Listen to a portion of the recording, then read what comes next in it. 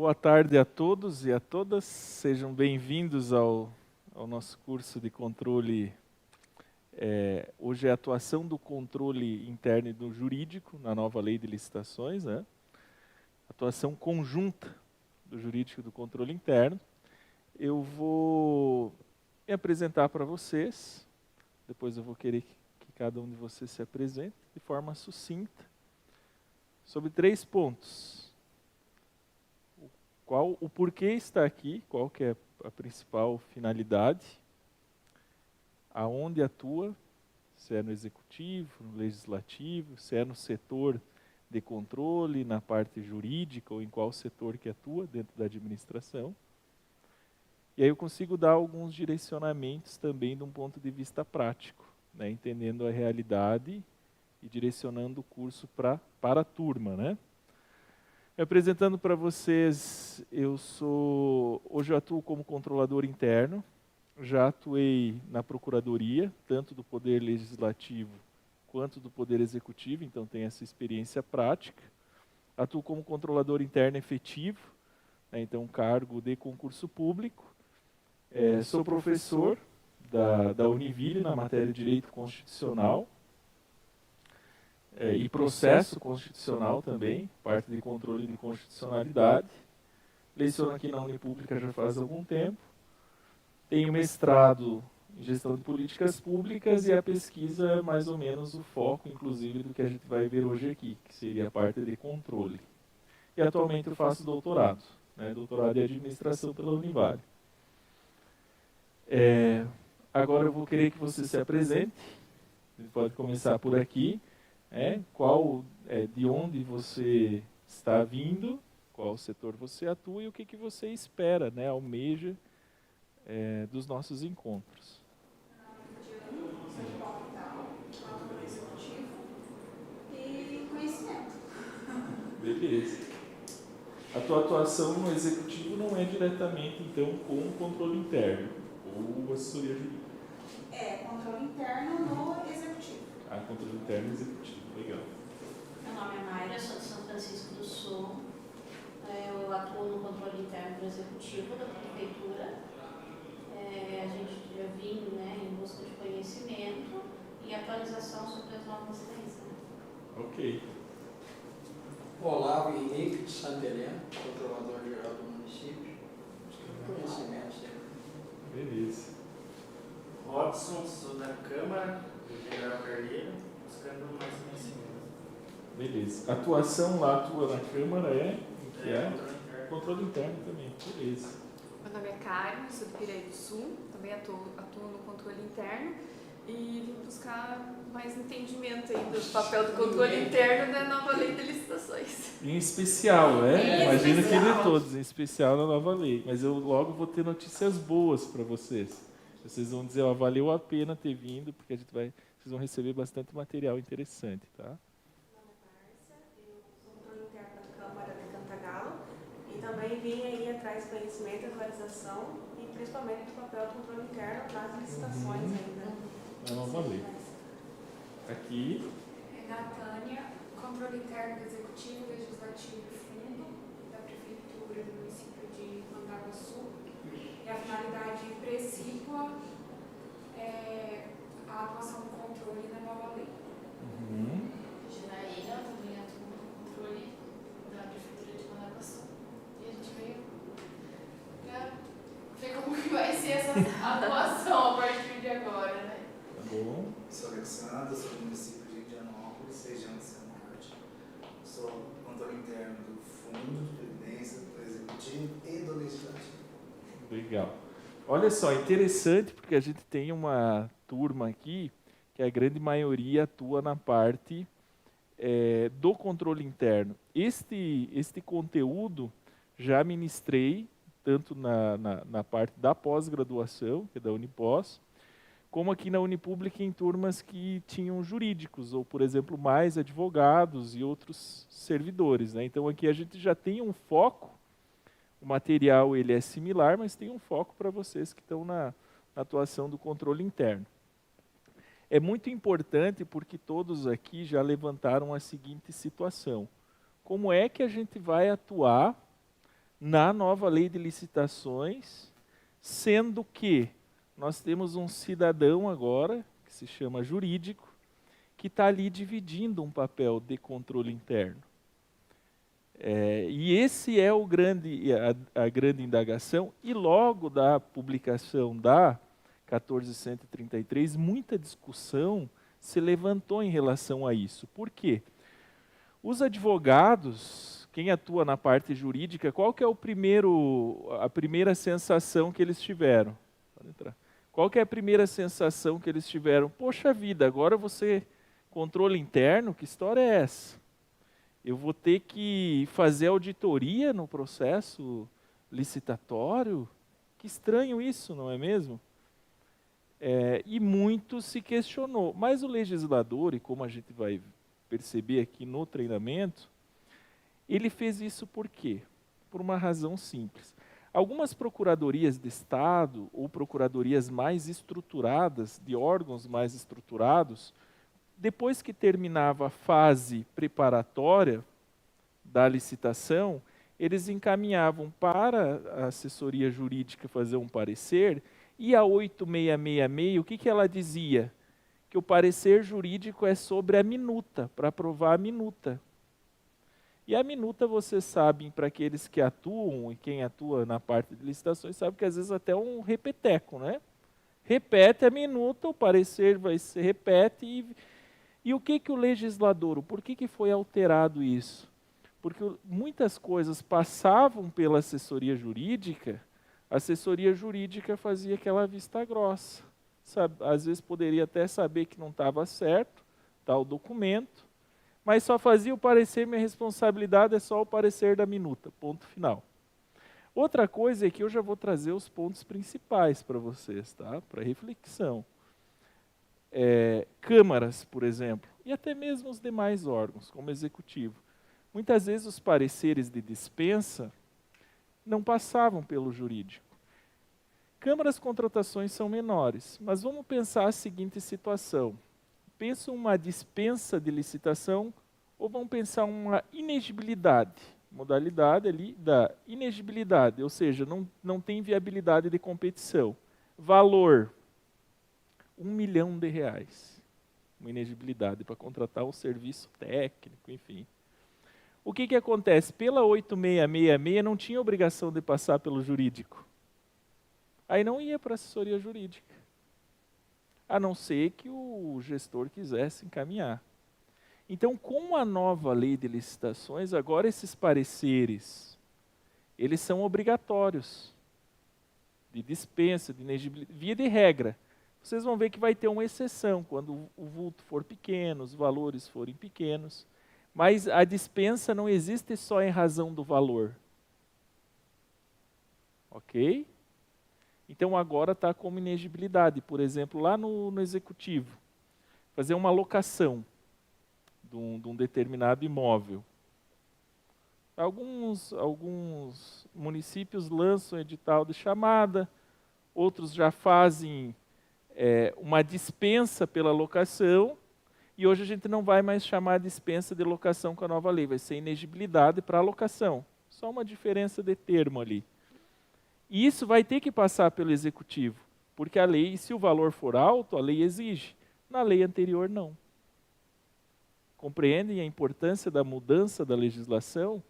É falar, olha, parte jurídica, vocês não podem se eximir, porque o setor jurídico é o que mais sabe de problemas que acontecem dentro da parte licitatória. E quando puxa o setor jurídico para dentro do controle, aí ele vai carregar uma responsabilidade maior e vai se ter, de certo modo, um controle melhor da atuação. A dificuldade que vocês encontram, que os controladores encontram, isso é uma realidade que pode ser que vocês estão vivenciando ou não. Se não estão, pode vivenciar agora com a mudança da lei. Porque o que a 1433 fez? Ela casou o controle interno com a assessoria jurídica. E o que a gente precisa fazer? Precisa separar os dois. Porque se vocês concordam que duas pessoas fazendo a mesma tarefa é complicado, não é? Você vai falar, não, você vai lá, tá, por exemplo, vocês lá com o marido e a esposa falam, não, eu lavo a louça, não, eu lavo junto, eu também vou fazer, vai dar conflito. Tem que separar essa atuação. A 14.133 não separou. Mas o decreto federal que regulamenta os agentes de contratação e que fala também da parte da assessoria e controle interno, separou. E o objetivo maior, para trazer uma base para que vocês compreendam a atuação do controle interno aqui, nessa tarde, é mostrar para vocês também, mostrar essas diferenças e mostrar que a atuação do controle ela vai ser uma atuação boa e não conflituosa se ele atuar dentro de certos limites. Assim como a parte jurídica também vai ter os seus limitadores. E eu vou deixar para ir avançando esses conceitos e mostrando isso para vocês ao longo dos materiais, né? Então vamos separar essa atuação justamente em razão do conflito. Antes de ter publicação do decreto que regulamentou os agentes, aquela previsão eu já falava em treinamento, né? Dessa necessidade de separação, enfim, e não só eu, os demais professores que lecionam na área de controle, na parte jurídica e tribunais de contas, também tinham essa visão. O que a gente tem aqui na 14.133? Caberá à autoridade máxima do órgão ou a quem as normas de organização administrativa indicarem promover gestão por competência, designar agentes públicos, sejam preferencialmente servidor efetivo, tenham atribuições, né, relacionadas à parte, formação relacionada à parte de licitações e contratos e que não tenham cônjuge ou companheiro dos licitantes. Beleza. Por que eu coloco esse artigo aqui? Porque já há um entendimento do Tribunal de Contas do Paraná e outros tribunais e alguns julgados de Tribunal de Justiça que declarem constitucionalidade de cargos que a atuação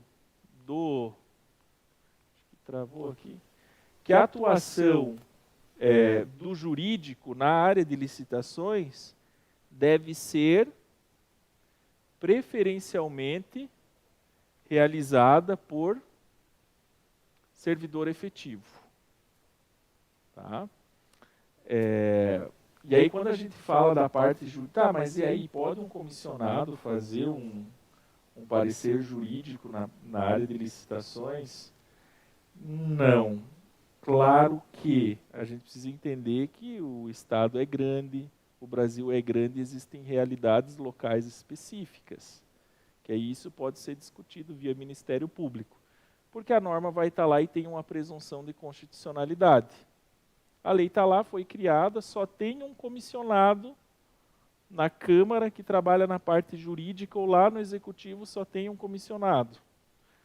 Aí o Ministério Público certamente vai atuar, né, o próprio gestor ou o Tribunal de Contas atuar no sentido de que se tem que fazer concurso público. É a exceção. E tem um acordo recente também. Sim, que exige que o quê? Que os pareceres sejam feitos por servidor efetivo. Mas é preciso entender a realidade, porque aqui às vezes tem órgãos que são pequenos e ainda, por exemplo, não tem um advogado efetivo, que deveria ter. E aí certamente já tem uma atuação do Ministério Público. Porque é muita trabalhista, daí tem mais licitações, daí ele não consegue. Ele é efetivo? Ele é efetivo. Só daí o que acontece é que a secretária de Negócios Jurídicos, né, ela dá parecer também. Mas aí, bom, eu entendo que nesse caso, os pareceres jurídicos deveriam ficar como efetivo e as outras demandas... Mais ou menos. Por quê? Porque depende. Na atuação judicial tem que ser efetivo também. Então, para ir lá peticionar no processo, porque a advocacia pública, a representação judicial tem que ser desempenhada por servidor efetivo. Então, por isso que a gente tem que ter um cuidado e entender o quê?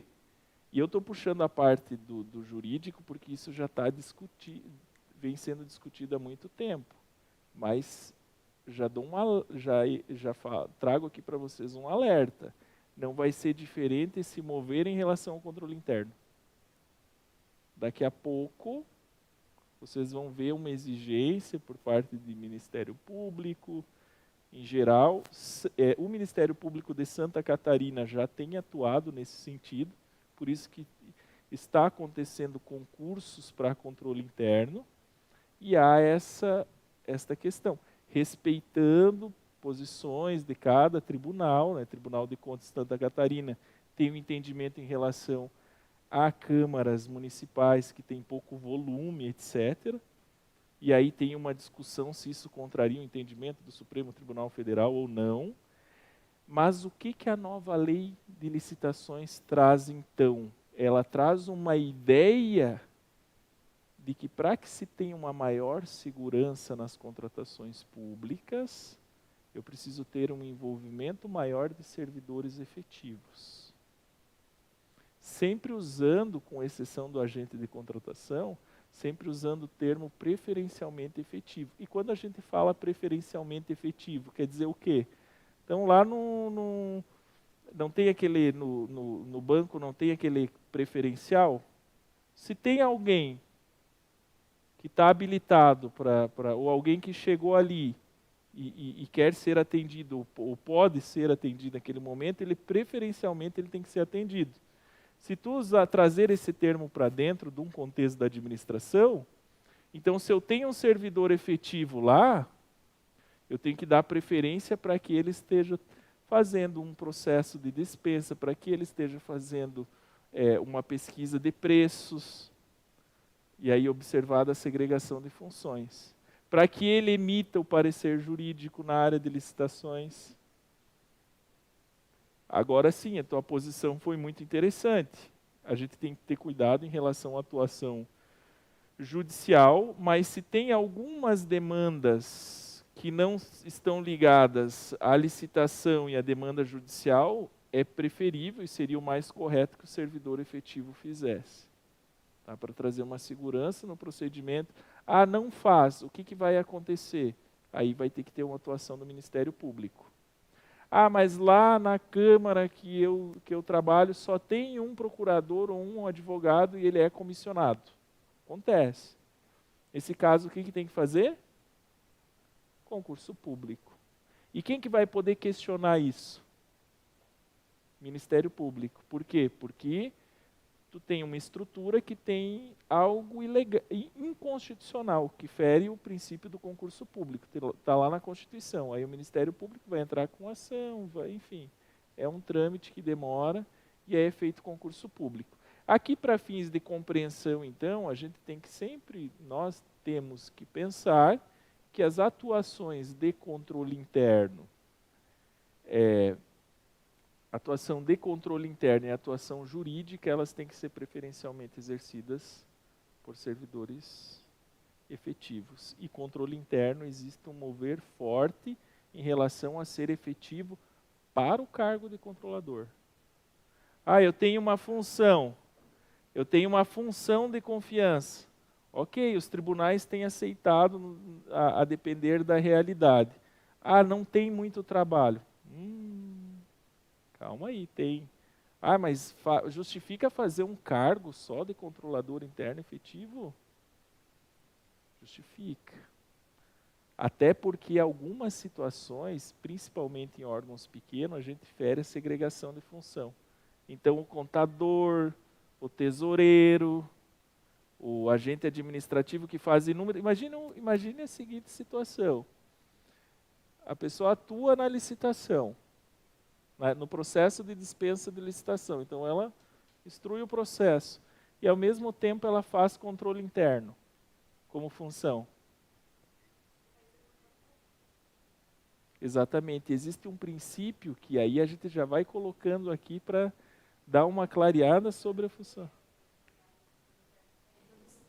Excelente. Mas continuei fazendo edital de licitação. Qual o princípio base para saber como é que a gente vai atuar na nova de licitações como controladores? O princípio base é segregação de função entre execução e controle. Princípio da segregação de função de execução e controle. Eu não posso auditar aquilo que eu estou trabalhando, que eu estou executando, não faz sentido. E o que vai acontecer na prática, no dia a dia? Vem aqui dar uma mão para nós, vamos fazer junto. Tu não faz esse documento para mim, não ajuda a fazer isso. Fica cômodo para aquele que está administrando solicitar isso, porque todo mundo tem aquela preocupação com a auditoria, com a fiscalização. Ele já sabe, bom, se ele fizer, eu não preciso me preocupar com isso, né? Pelo menos na concepção dele vai estar certo. O que o controle tem que fazer? Tem que ter a capacidade de, quando for chamado para algo que envolve execução e não a fiscalização, não o acompanhamento, de falar, olha, eu não posso ultrapassar as minhas atribuições, senão depois eu posso prejudicar meu próprio trabalho, depois eu não vou poder auditar. Não é que eu não quero, é que eu não posso. Eu até gostaria. É o que tem controlador que quer resolver. Assim como tem pessoas na administração que aquele negócio está parado. Meu Deus do céu, isso aqui não anda. Deixa eu sentar e resolver. Você não pode. Pode chorar, mas sentar lá e resolver não pode.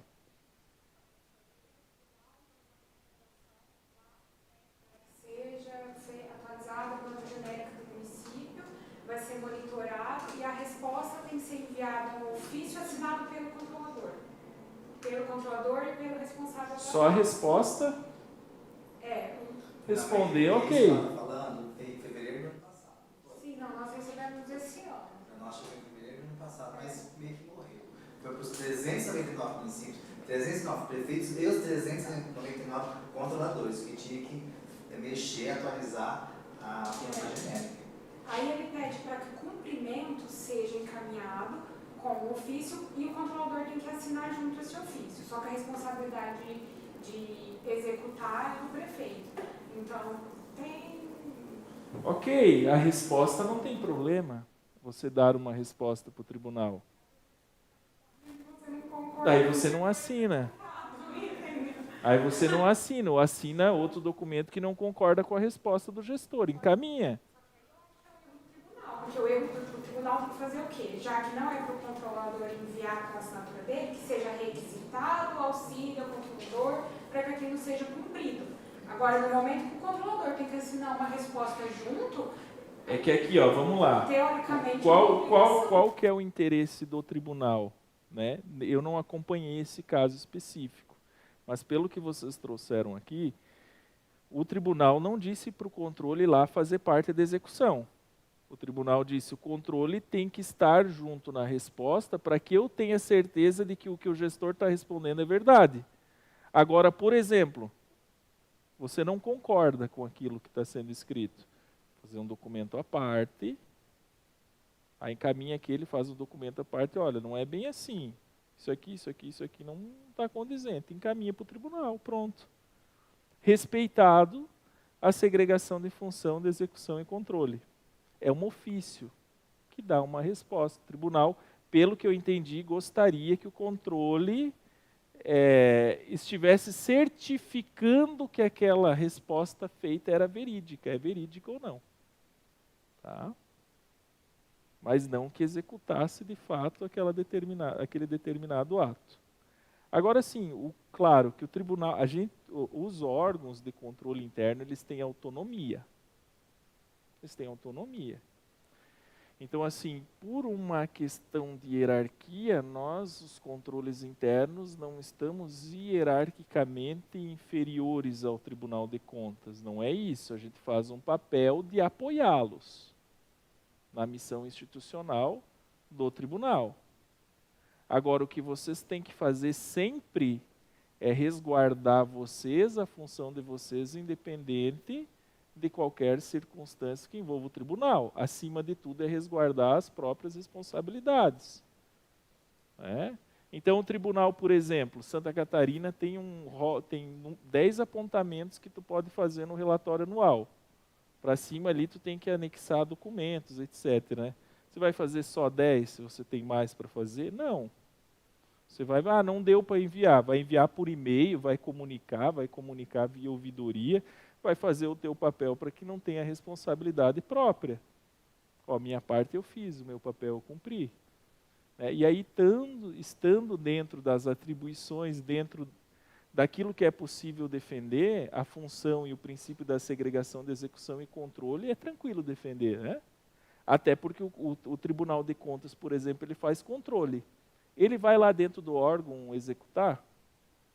Não vai. A ideia é a mesma. Ambos são órgãos de controle. Não pode exigir que o tribunal venha ali dentro preparar um ofício, preparar uma portaria, preparar um processo licitatório. Não existe como. Por quê? Porque ele é órgão de controle, não é órgão de execução. Ok? E a nova lei, ela vem reafirmando isso tudo que a gente já discutiu de um ponto de vista de controle, de segregação de funções, enfim. A autoridade do artigo deverá observar o princípio da segregação de função, vedada a designação do mesmo agente público para atuação simultânea em funções mais suscetíveis a riscos. Vamos pensar num exemplo que fere a segregação de função. O pregoeiro é controle interno. Não pode. Qualquer um que atua, na verdade, não pode. Mas e se ele for jurídico, pode? Tá, mas e se ele for controle interno e jurídico ao mesmo tempo? Tem um pré-julgado do Tribunal de Contas de Santa Catarina específico sobre isso. Não pode o jurídico fazer papel de controle interno.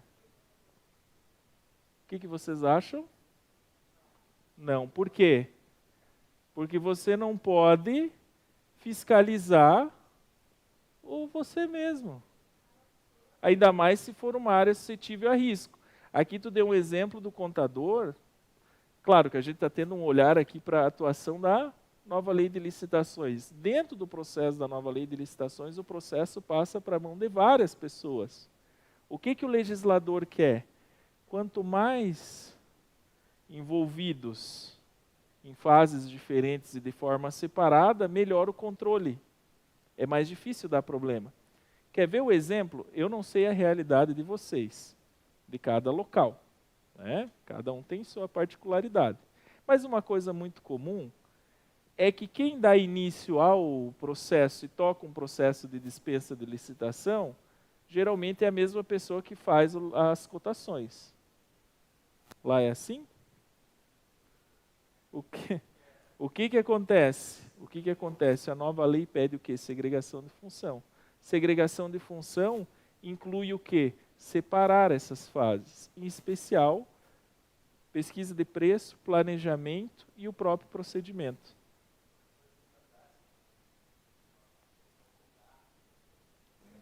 O termo de referência, nós já fizemos isso. Jogamos para cada um fazer, porque era tudo o pregoeiro que fazia, correr atrás de orçamento. Fazer o termo de referência, tudo. Quando entrou para valer o termo de referência, acho que foi em 2021, aí nós jogamos para as secretarias, elas pegaram até falaram. Ótimo. Mas hoje eles fazem perfeito. O que acontece? O que o legislador pensou? Eles são técnicos para fazer. Se o pregoeiro é um cara bom, correto, é bom isso? Claro, ainda vai ser muita coisa para ele estar fazendo, sobrecarrega. Agora imagina se não é uma pessoa que está tocando o processo que faz a coisa da forma correta. Aí você tem um grande problema, né? Você tem uma possibilidade de cometimento de fraudes maior. E a nova lei, doa ou não doa ouvir isso, ela veio com disposições de controle para diminuir o cometimento de fraudes. Para diminuir o cometimento, fraudes e erros.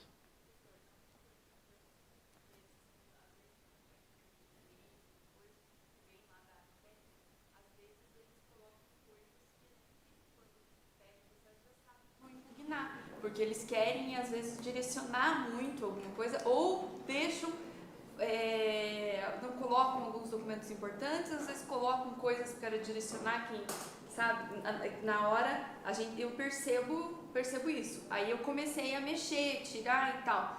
Aí o jurídico começou a dizer que eu não podia mexer em nada do que eles mandassem. Então, eu Como falei assim, controle, na função de controle. não, fazendo edital. Tá, então edital.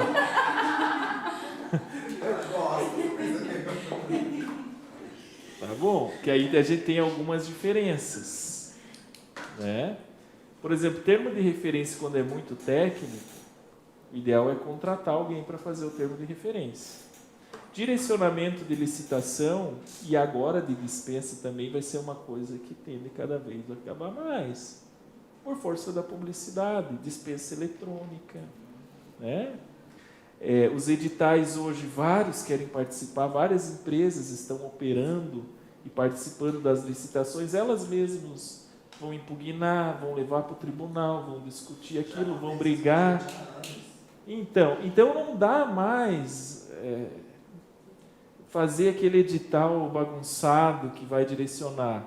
Isso não cabe, porque não tem como.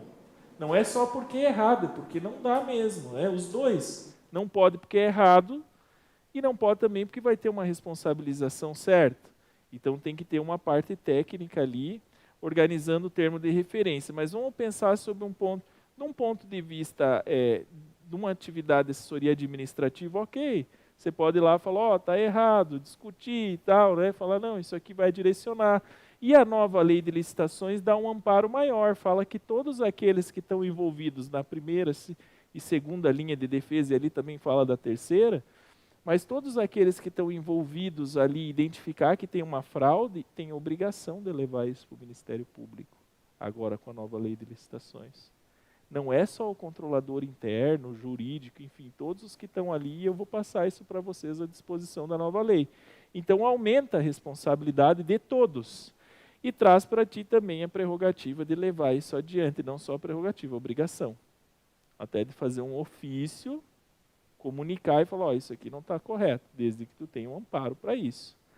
Agora, assim, sob um ponto de vista de controle, a gente precisa entender, e a gente vai ver aqui, que a gente precisa respeitar a atuação jurídica, porque o jurídico ele vai responder pela análise técnica jurídica que ele fizer. E os demais que estão, exceto um caso grosseiro, um erro grosseiro, mas os demais que têm um nível de conhecimento jurídico menor, por não ter aquela formação, eles não vão ter obrigação de saber mais que o jurídico. Aí você fala, mas controle interno não... Eu acho que o controlador interno ele tem que acabar sabendo mais de tudo, né? Tem que saber muito. Mas existem pontos delicados que vão depender de uma análise jurídica, de um estudo, um parecer, uma jurisprudência, um julgado, enfim. Este parecer, ele também serve para resguardar a atuação do controle interno. Porque, me respondam a pergunta que eu vou fazer aqui para vocês. É competência do controlador interno emitir parecer jurídico? E ele pode? Não, porque ele não está escrito no exame da ordem dos advogados. Não é advogado. Parecer jurídico é atividade típica de advogado. Ah, mas lá no meu órgão vem muita dúvida jurídica para mim. Você está respondendo? Posto Ipiranga, mas você está sentindo a obrigação de você fazer papel de jurídico? Você está carregando uma responsabilidade que não é tua? Ou você tem que fiscalizar? Teu papel é tirar a dúvida jurídica ou é auditar? Orientar, fiscalizar, fazer instrução normativa? E daqui a pouco ninguém mais sabe quem que é o controlador, quem que é o jurídico, né? Ok, mas nem todos fazem isso.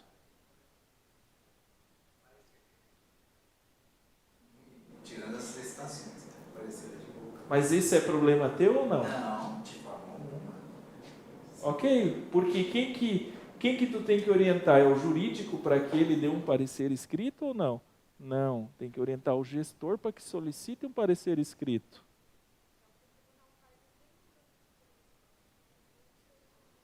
Exatamente. Aí o jurídico faz assim, de boca, assim, devolve o processo. Exatamente. Qualquer dúvida Pede uma demanda jurídica, do canal, qualquer joga. O tribunal fala o seguinte, ele só responde consulta quando está anexado.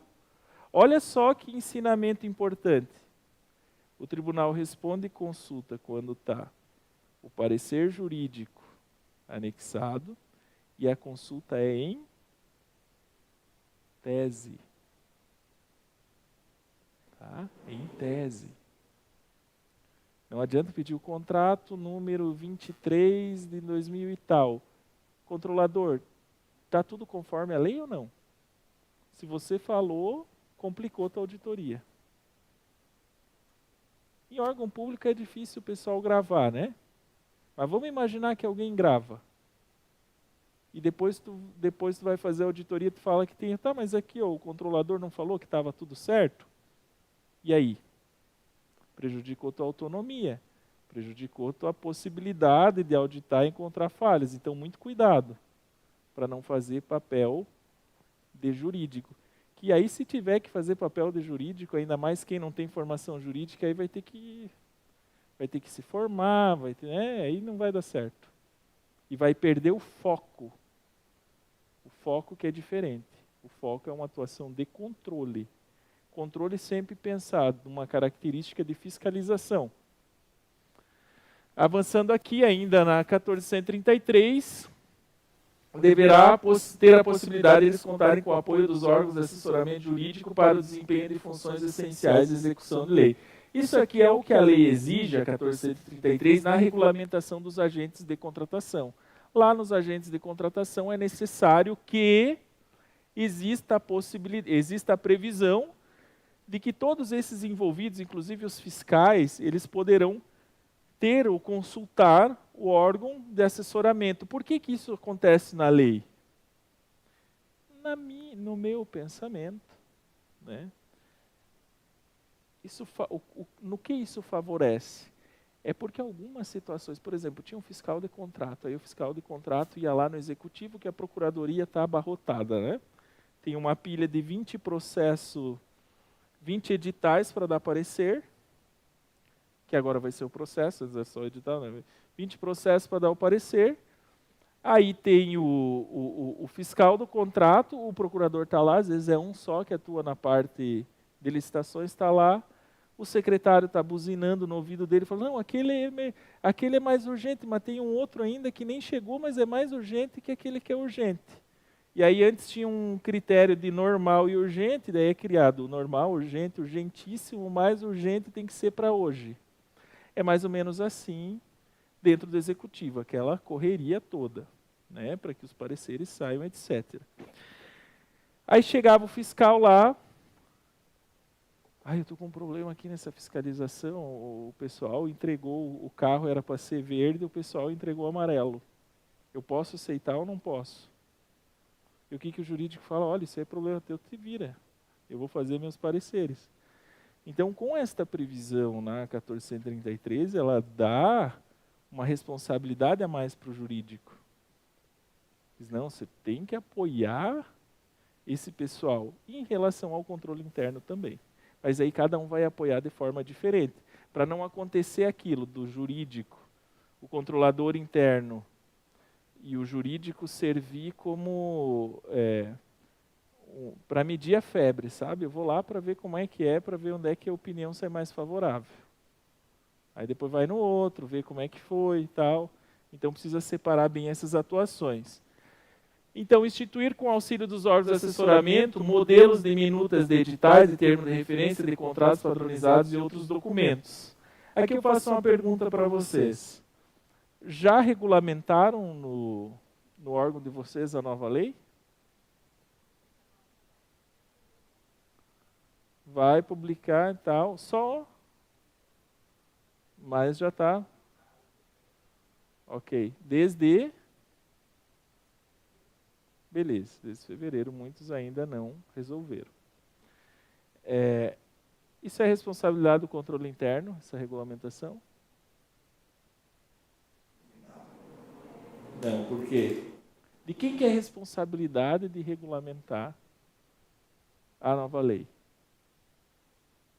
Em âmbito federal, vamos pensar, do presidente da República com os ministros. E âmbito do executivo, do prefeito com quem? Secretários. Ah, mas o prefeito não sabe nada, o secretário não sabe. Tem corpo técnico, faz uma comissão. Ele que faz a comissão, ele que faz a portaria e assina. Designa a comissão para... Foi feito, não foi? Ok. Ok. Por quanto tempo essa assessoria? Agora, depois de publicado, ele vai dar uma assessoria de mais 2 meses, 1 ano. Mas aí Faz um não é- ano que o cara ele tá. fez atividade final no escritório para fazer. Cuidado, hein? Pode- Não vamos entrar nos detalhes dos contratos. Quem pediu Vamos mudar de assunto. a foi o jurídico dessa contratação. Tem que analisar. Aqui é todo mundo controlador, não pode se manifestar agora antes de fazer uma auditoria, né, para não ter um pré-julgamento, né? Inclusive, tem que possibilitar sempre o contraditório, isso está na nova lei. Não dá para olhar o controle interno, chega e fala, nossa, tudo errado, sem ouvir, pô, calma. Espera, tem que dar ampla defesa e o contraditório, senão vicia o processo. Sempre é o mesmo cara. E o Ministério Público, ele tinha vários municípios do Paraná. Pode isso ou não pode, gente? O Ministério Público chamou ele e uma outras pessoas que participavam das licitações que ele vinha ganhando sempre de maior crime. Ó, o que acontece? Tem um documento do Centro de Moralidade do Ministério Público de Santa Catarina que é bem interessante. Santa Catarina, sobre que vai servir para qualquer estado, a fundamentação deles. É Centro de Moralidade Administrativa do Ministério Público de Santa Catarina. Terceirização de atividades na administração pública. Lá nesse documento ele traz os requisitos que precisa, e um deles é o que? A temporalidade. Ou seja, tem que ser algo extraordinário, tem que ser por um tempo X, e não pode ter dentro do próprio órgão alguém que faça aquele trabalho. Porque se tiver alguém ali dentro que pode fazer, não tem por que tu pedir para alguém de fora fazer. Ah, mas daí não tem muita demanda. Você pode aumentar o quadro? Pode. Qual que é a base do fundamento disso que torna essas contratações irregular? Burla ao concurso público. Porque se tu possibilita a terceirização de qualquer tipo de trabalho, daqui a pouco o que acontece? O gestor fala, eu não vou mais criar cargo comissionado, eu irei fazer concurso. Eu vou fazer o quê? Fazer um monte de contratinho por inegibilidade. Aí fica, prorroga, fica. Então, assim, o fato, se dentro do órgão de vocês têm esse tipo de contrato, que é o contrato da terceirização permanente, cuidado. Não é permanente, por isso tem que dar o contraditório. Só por um ponto fim. Para conhecer a realidade do município, ali a questão da licitação, fez a visita Vamos técnica. combinar uma coisa aí aqui. Fez Vamos combinar uma coisa aqui. Na segunda aula, na aula de amanhã, a gente faz uma atividade prática, uma auditoria. Não vai dar tempo. Foi pontuado bastante sobre essa separação de jurídico e controle interno. E numa realidade onde exista dentro da estrutura do controle interno um cargo concursado, efetivo, voltado à especialidade jurídica com exigência de inscrição na ordem. Como fica a atuação desse cargo? Olha, isso existe da secretaria de vocês, A administração? gente está com a criação desse cargo lá agora para o concurso que vai abrir. Gente, olha só, o que acontece, tá? Existe o cargo, alguns tribunais, o cargo de controlador interno com especialidade jurídica. Pode ter? Pode ter. Só que o que ele vai fazer? Ele vai fazer papel de advogado ou papel de controle? Controle. Agora, exigir inscrição na ordem dos advogados não faz sentido. Por quê? Porque ele vai advogar no cargo de controlador interno? Não pode. Entende? Ele não pode advogar. Então, tu pode criar um cargo de controlador e especialidade de direito. Isso se tu tiver E aí eu vou ser bem sério, se tiver as outras especialidades. Senão não faz sentido. Porque daí parece que tu está criando um cargo só para advogado passar.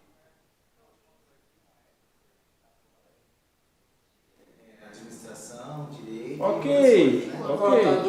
Só que daí eles têm uma área de controle ampla. Agora vamos pensar que seja apenas um controlador. Apenas um controlador. Faz sentido exigir que tenha formação jurídica? Não é nem bom. Ah, mas é melhor que ele tenha uma formação jurídica. Mas ele vai ter uma visão de administração pública. Às vezes ter uma formação em gestão pública pode até contribuir mais. Por quê? Porque ele vai ter um advogado à disposição ali na administração para fazer a análise jurídica técnica. Então é preciso refletir dentro da estrutura de vocês quantos cargos lá tem na parte do controle. 3. Os 2 são áreas específicas? Não. Então, professor, aconteceu o seguinte, eu sou controladora interna concursada, controladora interna que na época exigia, no curso de 2011, eu entrei como controladora interna. Aí depois alteraram a lei e nomearam um efetivo coordenador do controle interno. Agora eles refizeram um plano de cargos. O meu cargo passou a ser analista de controladoria com contabilidade, porque na época exigia que fosse contador para ser controlador. Na época que eu fiz o concurso. Aí ficou em comissão a pessoa. Com exigência de administração ou direito e contabilidade também? Isso. O efetivo, que no caso é o chefe. E daí o meu cargo como analista, exigência contador, contabilidade, e seria criado o analista com exigência jurídica. Gente, assim, o que acontece? A Constituição fala alguma coisa sobre isso? Não fala. Se a Constituição não fala, isso não pode ser, provavelmente não vai ser passível de uma ação direta de inconstitucionalidade, porque não fere a Constituição, e aí vai entrar na autonomia do órgão. Tá? Então, assim, a gente pode pensar, mas não seria legal, poderia ser diferente, mas é a autonomia do órgão. Desde que não tenha burla ao concurso público, etc., a Constituição não fala especificamente isso. Agora, sim, esta questão da OAB pode ter um questionamento sobre isso, né? O porquê que teria que ter inscrição, enfim, não só a graduação, mas daí não vai auxiliar na área específica do direito. Sim. Então não existiria o porquê a legislação exigir.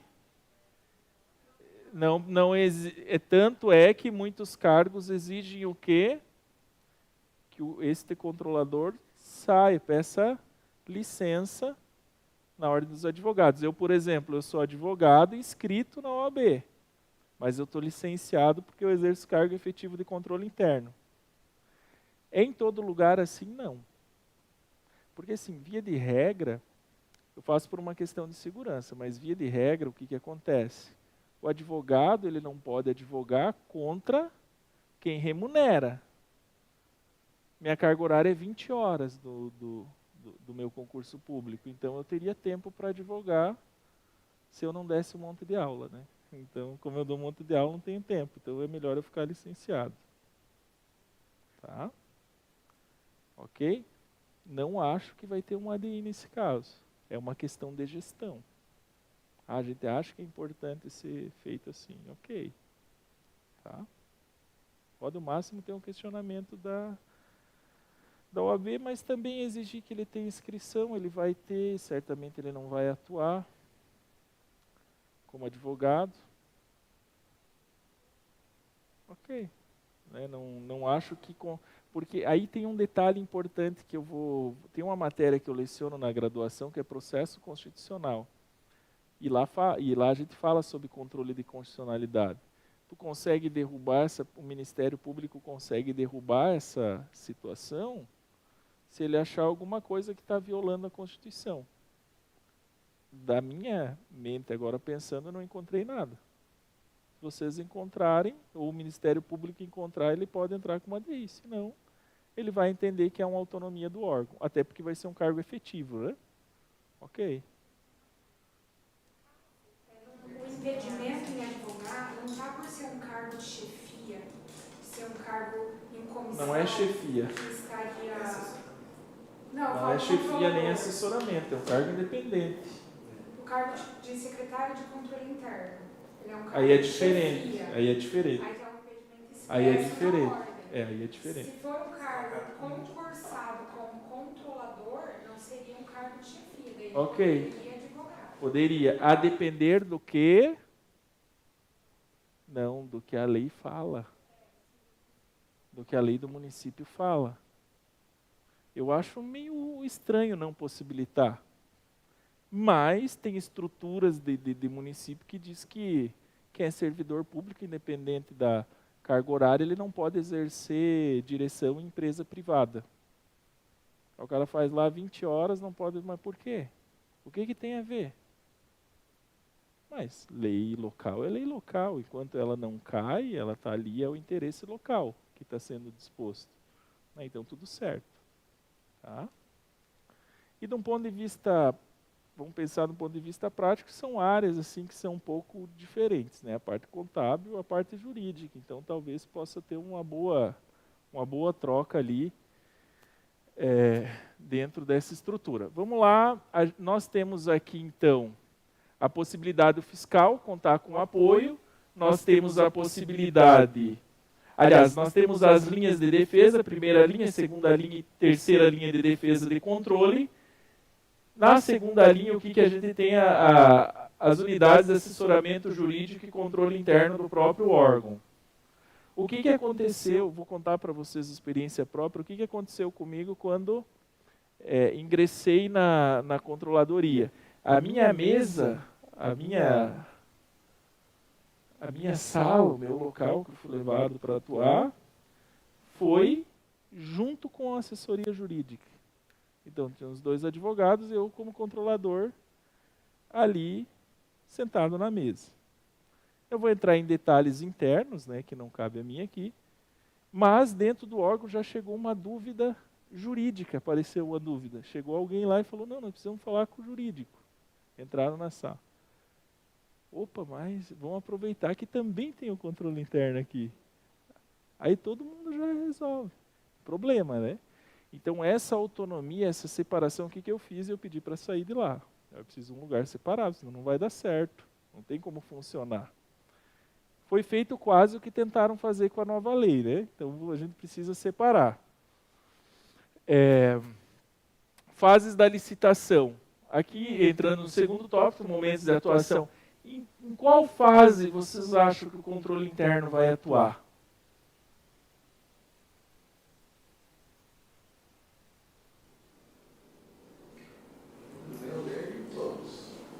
Perfeito, velho. Vai em todas. Mas ele vai participar do processo? Vamos falar aqui, ó, da contratação, das fases da contratação direta, que a gente tem o pessoal de Câmara aqui, que vai trabalhar mais com contratação direta. Instrução, inserção de dados no sistema, divulgação, abertura de procedimento, envio de lances, julgamento e habilitação, adjudicação e homologação. São as fases que estão regulamentadas lá na IN 67, que dispõe sobre a dispensa na forma eletrônica. É um mini pregãozinho. Aqui, né? Qual fase o controle interno vai atuar?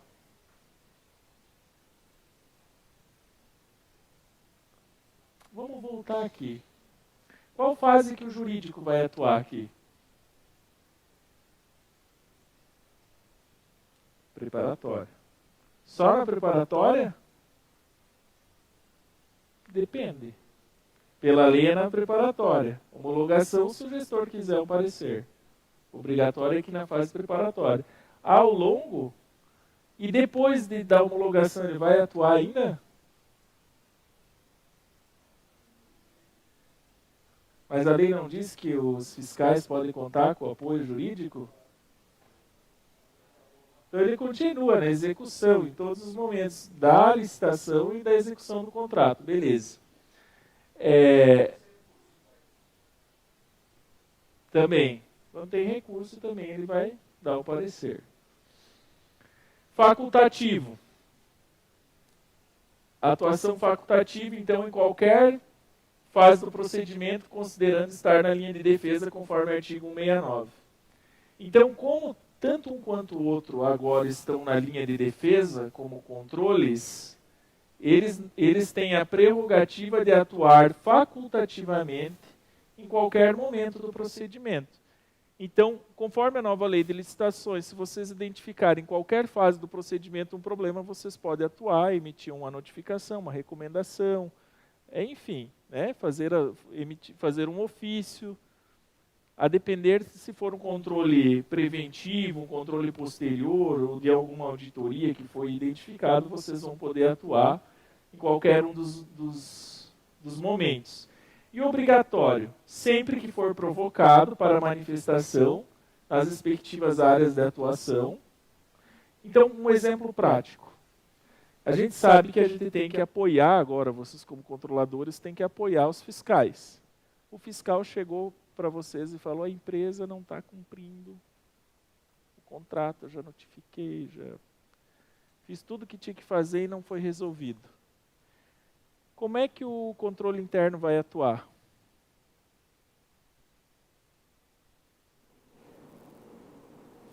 O secretário notificou, aí você está falando? O fiscal. O fiscal. O que vocês acham? Chegou um fiscal lá para vocês e mostrou um problemão. O que vocês fariam?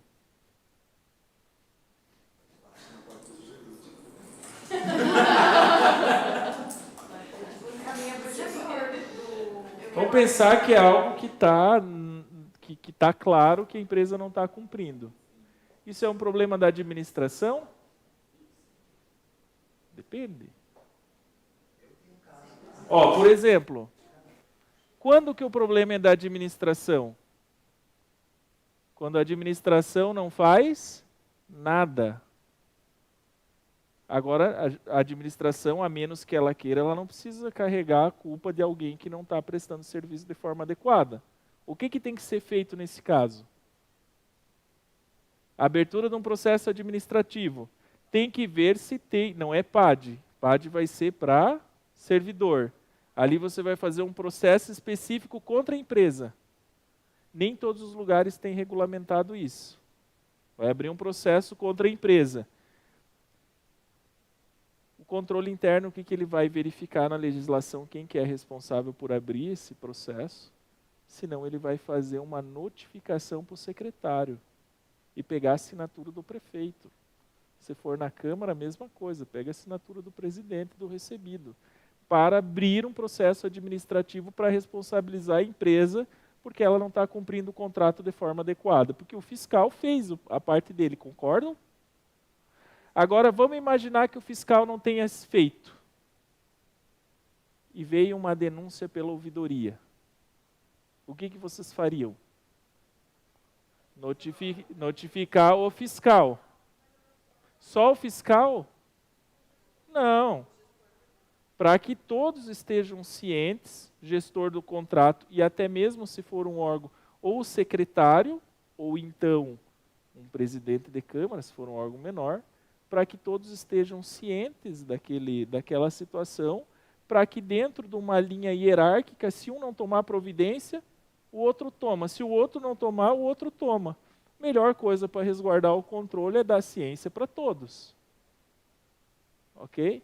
A partir daí, o problema é de vocês? Olha, eu tenho certeza que se vocês pudessem, vocês abririam o processo contra a empresa. Mas vocês não podem. Aí o que o gestor vai fazer? Pedir um parecer jurídico. Vamos pensar que o parecer jurídico fale que, neste caso, não cabe abertura de procedimento. E aí?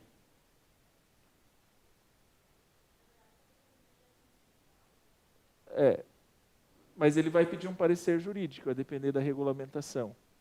Ele pode pedir um parecer jurídico no juízo da admissibilidade, vai depender de como se está regulamentado ou não o processo dentro do âmbito local, mas o correto é que ele peça, para ele saber até ter uma noção de qual eventual punição pode dar para aquela determinada empresa. Vamos pensar que o parecer jurídico. A Constituição fala que o controle interno ele fiscaliza. Né? Controle interno tem o poder de fiscalizar, não tem o poder de fazer parecer jurídico. Atestar a legalidade. É dizer a legalidade?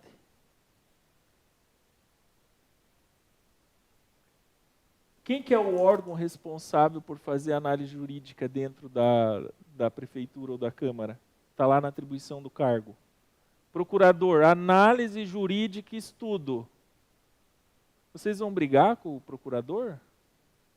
Ele pode ser responsabilizado se ele cometer um erro?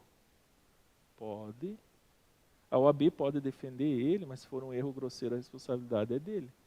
Mas até então, ele está dizendo que aquele ato é legal. Agora vamos pensar uma situação diferente. O procurador diz, abre o processo administrativo. E o gestor não abre. E aí?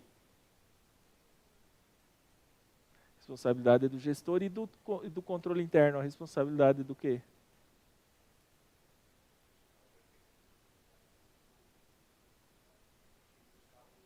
E, não, a principal responsabilidade do controle interno, gente, que está na Constituição é qual? Comunicar o Tribunal de Contas. Lá fala Tribunal de Contas da União, vocês é o Tribunal de Contas. O Ministério Público contando e prestando atenção que perante a nova lei a gente precisa verificar um dano para comunicar o MP. Então assim, não teve dano nenhum. Por que não teve dano? Ah, porque a empresa não executou, a gente só paga depois que ela executa. Ela não, enfim, o fiscal não atestou o recebimento, embora não abrir o procedimento, a empresa também não recebeu nada. Neste caso, o que a gente tem? Uma situação que não tem um dano ali ao erário imediato. Você não consegue observar uma situação de tanto... Vamos imaginar que é uma questão que o contrato foi anulado.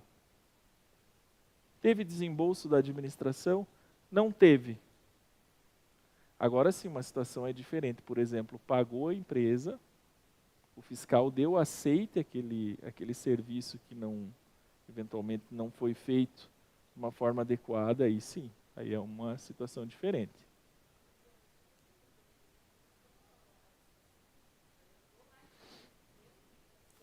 Depois que eu voltar ao processo, que eu agir o processo, né, se ele assinou o contrato, o tribunal tem um julgado que ele diz que só pode se o segundo colocado fizer no mesmo preço do primeiro. E daí teve uma licitação assim que a gente foi até o 17º, ninguém quis fazer do primeiro, ele frustrou totalmente o serviço, atrasou. Porque ele não executou. E aí ele, nesse caso, ele causou um dano? Com certeza. Sim, porque por então mais vai que, depender... não pagou, mas ele causou um dano. Exatamente. Então o que precisa ser feito? Uma análise do caso específico. Porque daí se quando abrir uma nova licitação, ele participar, ele vai acabar frustrando novamente, e assim por diante. Isso mesmo. E neste caso, é uma obrigação da administração abrir o procedimento ou não? Sim. Se ela não abrir, o que pode acontecer? Uma responsabilidade por parte do gestor. E aí, o fiscal, se ele informou, se ele fez as notificações dele, se ele fez as correspondências, se ele comunicou a empresa, se ele comunicou o gestor de contratos, ele é responsável? Não, porque não é ele que vai dar abertura no processo. Tem que ver quem deixou, quem se omitiu de praticar o ato que deveria ser praticado. A partir daí, então, surge uma responsabilidade.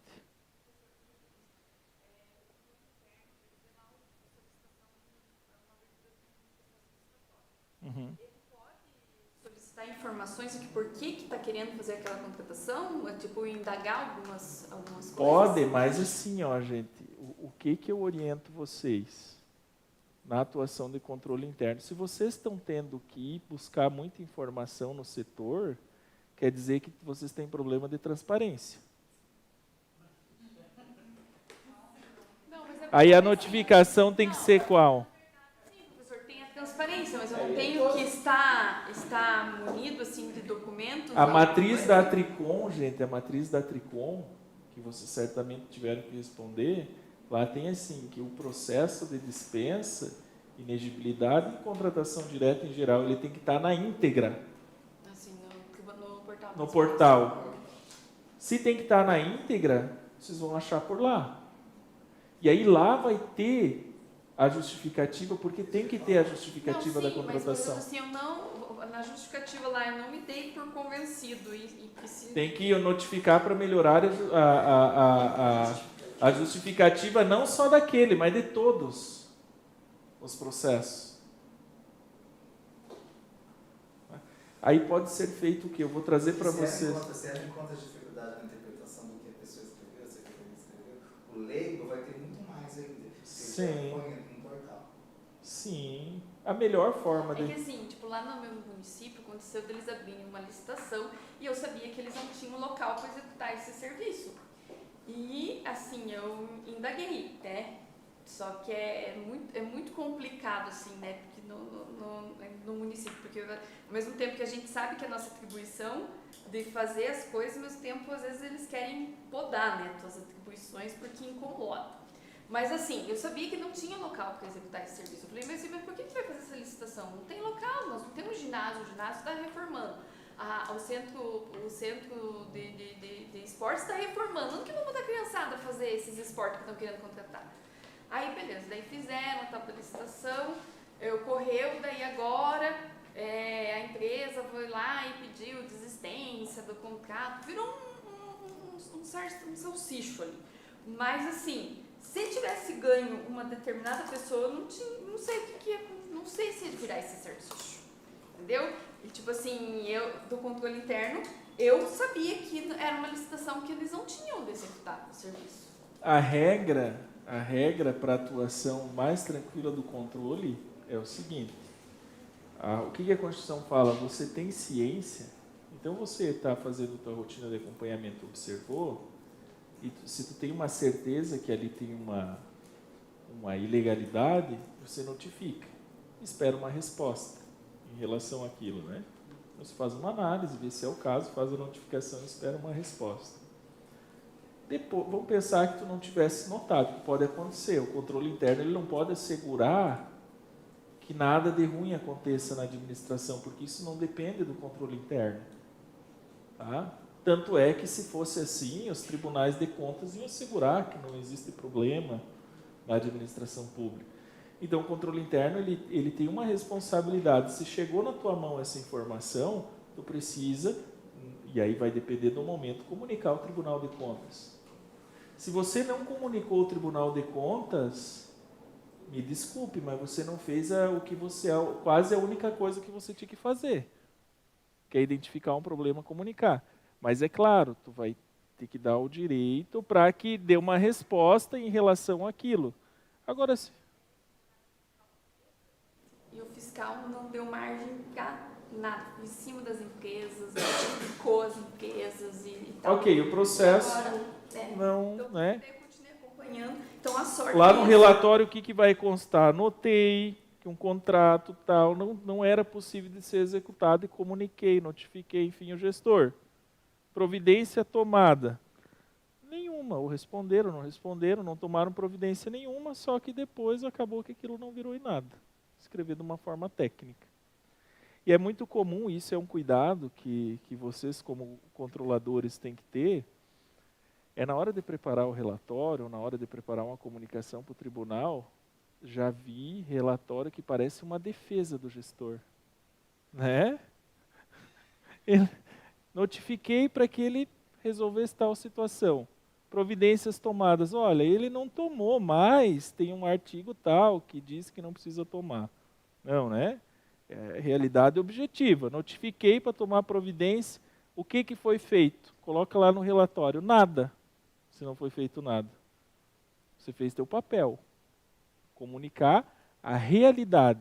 Não é conversa, justificativa. Quem tem que justificar é ele depois. Ele pode ter as razões de não fazer.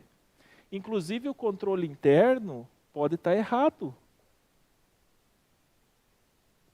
O controle interno vai notificar. Não, vejam só, às vezes o Tribunal de Contas não dá uma decisão e vem o Poder Judiciário e diz que o Tribunal de Contas está errado. Aí como é que o controlador vai ser o cidadão que sabe tudo que faz todos os papéis e ainda segura o órgão na sua totalidade, não tem como. E de forma vinculante. Na maior parte dos casos, as manifestações são opinativas e não vinculantes. Aqui eu trago uma doutrina, exceto se tem alguma previsão na lei, por exemplo. Vamos imaginar que a lei fale assim: após uma notificação do controle interno, o procedimento licitatório tem que ser anulado. Acho difícil. Mas se tivesse, o que vai valer é a lei. Então, via de regra, não tem valor vinculante. E o parecer jurídico é vinculante ou não? Não é vinculante. Vocês decidem alguma coisa? Não, né? E tem controlador que quer decidir. Não é o caso de vocês, mas tem controlador que quer mandar, quer dizer, sim. E existem pesquisas, eu vou mostrar ao longo do nosso material, existem pesquisas, inclusive, que demonstram que o controle interno, os órgãos de controle, eles têm que ter uma posição de dizer que a situação está errada e possibilitar que o gestor resolva. Claro que ele vai apontar possíveis soluções, faz isso para resolver.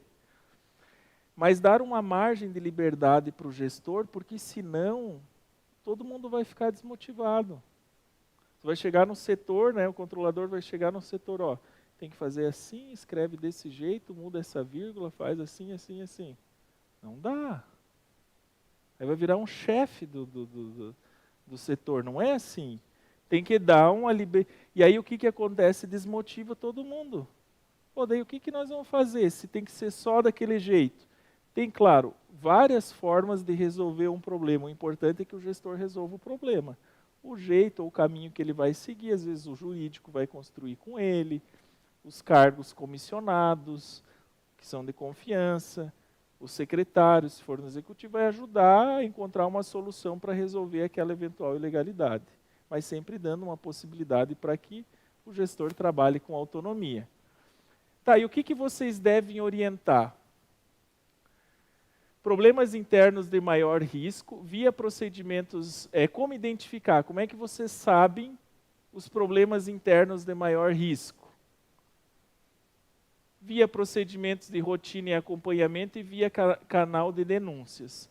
Vocês perguntam assim, eu vou falar sobre orientação técnica aqui para vocês. Vocês perguntam, mas o que a gente faz de orientação técnica lá no órgão? Isso aqui se aplica à nova lei. Tá? Assim, como que nós vamos atuar na nova lei? Orientação técnica. Como mais? Instrução normativa. Como mais? Auditoria. Só não tirando dúvida específica jurídica, que a função é da Procuradoria e Assessoria Jurídica. Compreende? Então, é tudo que a maioria dos controladores não faz. A maioria dos controladores tiram dúvidas jurídicas, pontuais, e não fazem orientações técnicas, instruções normativas, não faz aquilo que é essencial fazer dentro da função. Isso é normal porque a gente não tem bem estruturado, é como se fosse a ciência do controle em âmbito nacional. Eu pesquiso o controle interno no doutorado e eu observo que aqui as nossas pesquisas estão ainda patinando.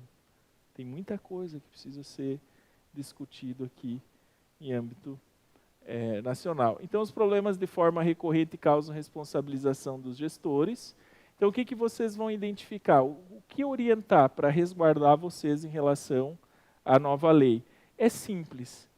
Tem que ir lá e olhar o que está acontecendo de problema. A gente tem um problema grave nas dispensas de licitação, porque já tem um processo aqui do tribunal que envolve fracionamento. O que vocês vão fazer? Uma orientação técnica para que seja evitado o fracionamento de despesa. Entregar para quem? Lá no setor. Por quê? Porque primeiro é preciso mapear a estrutura. Porque não adianta eu sair, vamos imaginar o seguinte, que lá no órgão, é Câmara?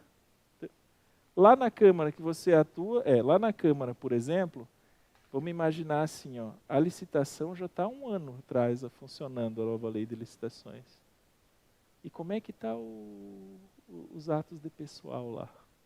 Não precisa dizer. Mas vamos pensar que não tem controle de frequência certo. Só vai trabalhar quando quer, tal. O controle interno ele precisa ter esse olhar para ver o que está acontecendo de problema e já emitir uma orientação técnica, porque é isso que vai resguardar ele. Orientação técnica, que tem que ser efetuado um controle efetivo de frequência. Se o servidor não foi trabalhar, tem que descontar do servidor, blá, blá, blá. Se o gestor não fizer, problema do controle? O tribunal vai cobrar, vai falar, tá, controlador, como é que a tua câmara está desse jeito? Pô, mas está aqui a orientação publicada até no site, está lá, ó. Orientação técnica, controle de frequência, desconto de folha, blá, blá, blá. O gestor está descontando. Não. Entende? Então é preciso... Ou só notificar a administração, no caso? Qual é a orientação que eu passo para vocês? Instruções normativas, eu sugiro que seja publicado no Diário Oficial. Ponto. Orientações técnicas, eu sugiro que seja publicado, que o controle tenha uma aba. Solicite para o TI, ou conseguir acesso, né? Faz com autonomia mesmo, vai lá direto com o TI e fala, ó, eu tenho a prerrogativa de ter uma aba de transparência lá no site. E coloca essas orientações lá. Por quê? Vamos pensar o seguinte, tu vai lá, vamos pensar que lá na Câmara, o nosso colega tem a dispensa eletrônica, mas tem um problema lá na dispensa eletrônica. Vamos pensar que está falhando na segregação de funções, está tendo algum tipo de vício lá dentro. Como controle tu identificou, tu vai lá e emitir uma orientação técnica. O que tu vai fazer? Alguns vão fazer isso de forma digital, vai depender do sistema, né? Ou vai lá pessoalmente, pega e assina para mim orientação técnica. Protocola e publica na área do controle. Que todos têm que saber que essa área existe, né? Seja por uma instrução normativa, enfim, está lá essa área. Por que isso? Porque imagina o seguinte, tu pegou a assinatura, o gestor fala, não, agora troca, coloca outro atuar no mesmo lugar. Tu vai ter que estar pegando a assinatura de todo mundo. A partir do momento que tu tem uma área que tu consegue dar publicidade, que os servidores em geral têm acesso, a administração vai trocar e você não vai precisar se preocupar em sempre estar tendo aquela é só ruim para mim ou é para vocês também ter que pegar assinatura e notificação? É ruim, não é? Então assim, se você não fizer isso, toda vez que trocar o servidor lá, você vai ter que passar por esse processo de novo.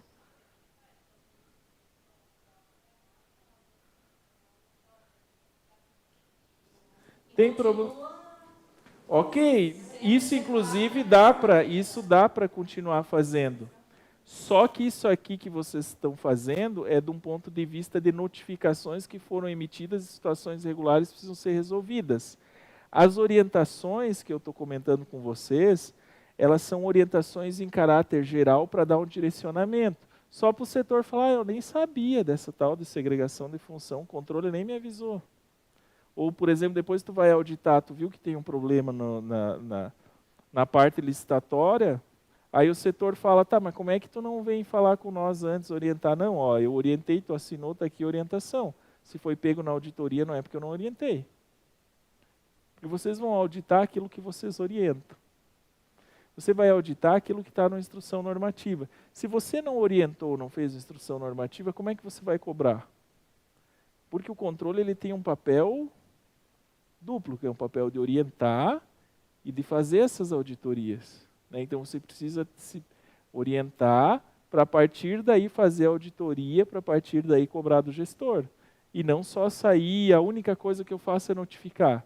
Não, notificar é importante, mas tem que ter uma participação do controle para a mudança daqueles processos que eventualmente estão com vícios.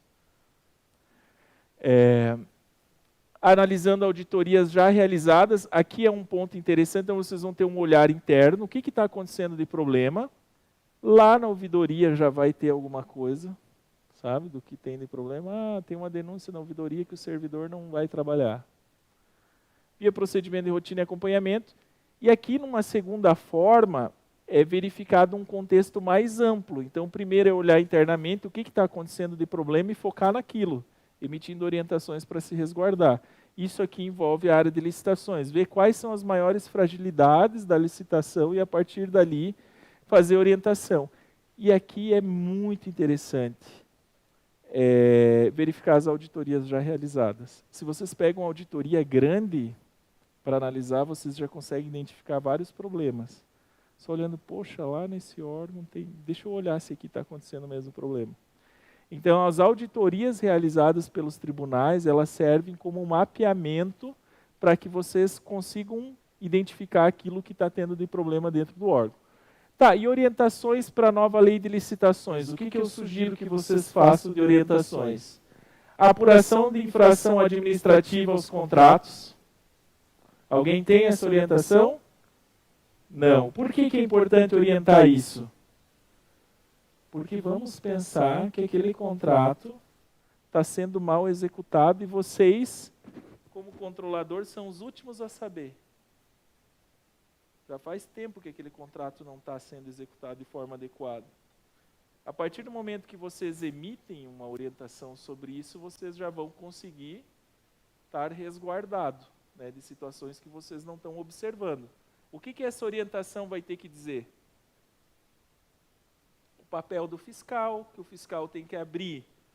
E eu posso trazer essa orientação para vocês. Vou dispor, tem bastante material que eu vou trazer aqui para vocês, bem interessante. Aqui são 2 pontos importantes. Primeiro, é que tem que ter efetiva fiscalização. Segundo, é que na ausência de fiscalização a responsabilidade recai sobre o órgão. E tem que ter apuração do procedimento. Eu tenho uma orientação técnica que fala sobre... Eu tenho um julgado do TCU que fala de um caso do Banco do Brasil, que o Banco do Brasil foi responsabilizado por quê? Porque não fiscalizou de forma adequada os terceirizados. Aqueles contratos que têm terceirizados, eles precisam ser fiscalizados. E se não está sendo fiscalizado de forma adequada, há uma responsabilidade, pode virar inclusive uma ação de improbidade administrativa. Exemplo para vocês, não vou falar o nome do município, mas é um município em que teve uma ação de improbidade movida contra a secretária de educação em razão de uma troca que aconteceu no objeto licitatório, foi licitado iogurte, eles entregavam leite. O que aconteceu? A própria fiscalização do contrato, que eram as nutricionistas, foram até o Ministério Público em conjunto, o Ministério Público recebeu elas, e a partir dali teve uma grande conversa, uma grande articulação delas com o Ministério Público e virou um processo de 4 milhões contra a secretária. Qual que é o problema disso? A secretária fala no processo que o controle interno sabia e não fez nada. Né? Qual é a atuação do controle interno nesse caso? Então, se vocês têm uma orientação sobre apuração, ok, olha, o controle orientou que nesses casos tem que agir assim, infelizmente, a secretária, o fiscal, o gestor não fez o que deveria ter sido feito. Então, aqui é bom para segurar vocês, contratações diretas, dispensas e inegibilidades, importantíssimo. Eu tenho uma preocupação maior em relação às contratações diretas do que em relação às licitações. Tá? Principalmente as inegibilidades. Então, aqui é bom fazer uma orientação dos principais pontos que correm riscos dentro dos processos de inegibilidade. Fiscalização dos contratos, questão de fracionamento de despesa tem muito problema, e aqui já, adiantando vocês em relação à nova lei de licitações, vocês precisam entender o quê? Que a modalidade que você vai escolher para aquela, se vai ser dispensa ou não, tem que considerar o tempo de duração daquele contrato. Então, por exemplo, a gente vai aumentar para 57 mil. Aí você pensa, a gente tem um software aqui na Câmara que é 50 mil mês. Mês não, ano, desculpa. 50 mil ano. Pode ser feito dispensa com a nova lei?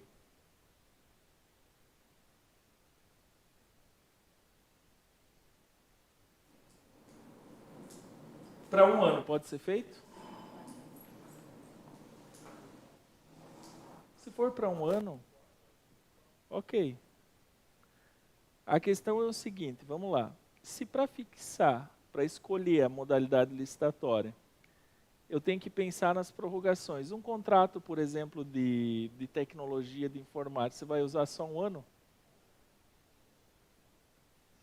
Tá, então você vai querer prorrogar ele por 10 anos, não vai? Então você pega 50, que é o ano, e faz vezes 10, dá quanto? E aí o que você faz? Licita.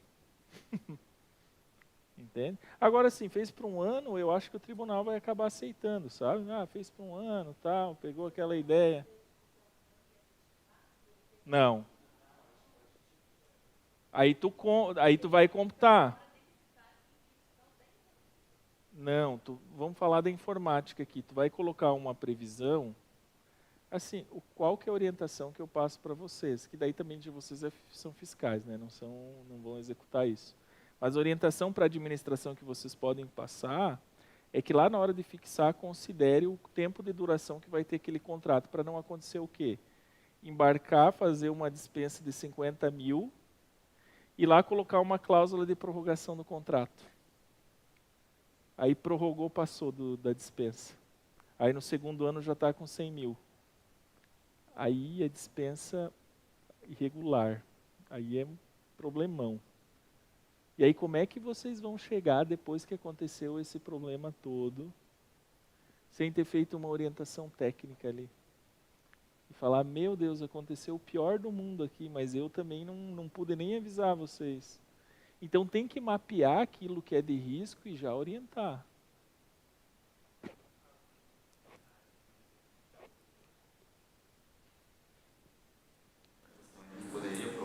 Olha, é bem difícil ter inegibilidade de sistema, tá?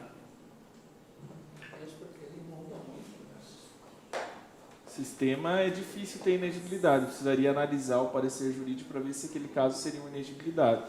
Mas inegibilidade tem limitador de valor? Não. Ah, tem um show lá de 300 mil. E como é que você sabe se está certo ou não aquela inegibilidade? Se é só uma empresa que fornece? Se o preço está no mercado, como é que se pesquisa preço do único fornecedor? Contratações similares. Tem que pedir para que ele encaminhe outras contratações similares que ele já tenha feito em outros órgãos.